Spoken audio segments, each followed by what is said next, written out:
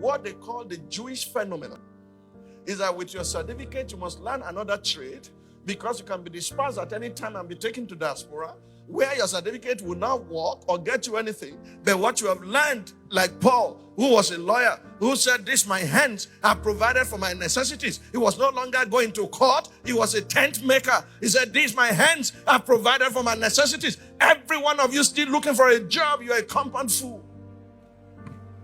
Who is going to make that job for you? We are growing at the rate of 6 million per year.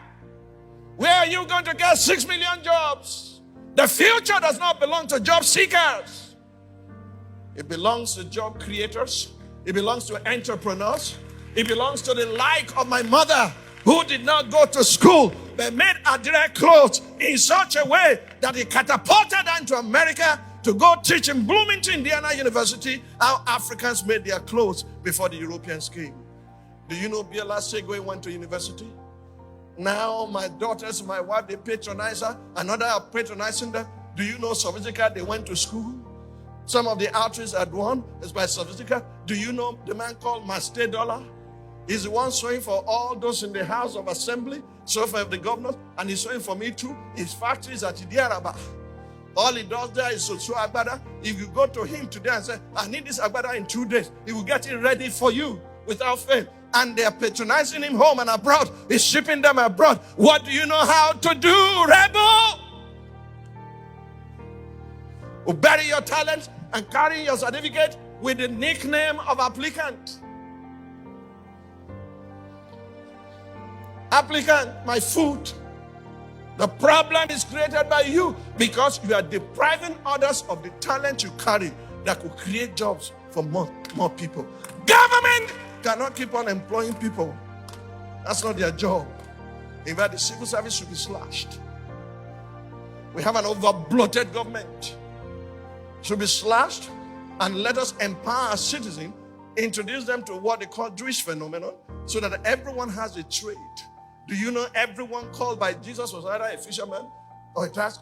They had something to do.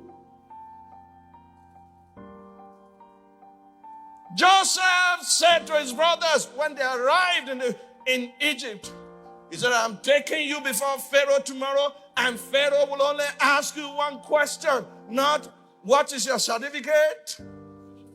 What diploma did you receive?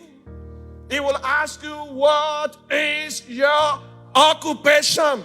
Lazy man that comes to church, and when you are going home, you are asking for money for transportation. What can you do with your hands so you can provide for your family?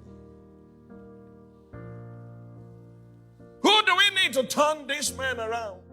We need Bezalels and Aholiabs, multi-talented people who are gifted by God, who are creative geniuses, who can then teach others. Do you know how many people employed by Master Dollar? Employed by Sophistica? Do you know how many people are into Nollywood today? Do you know how many have become masters of ceremony and they're earning a living? And you consider those jobs beneath you, but you're still an applicant. You can't feed your family. You have lost the faith. You are worse than an infidel. Your hand must provide for your necessity. And then you have a message for the area boys. You can teach them, say, "Look at me. See what God has done with my life. He can do same with yours." And they'll begin to listen to you because we are speaking their language.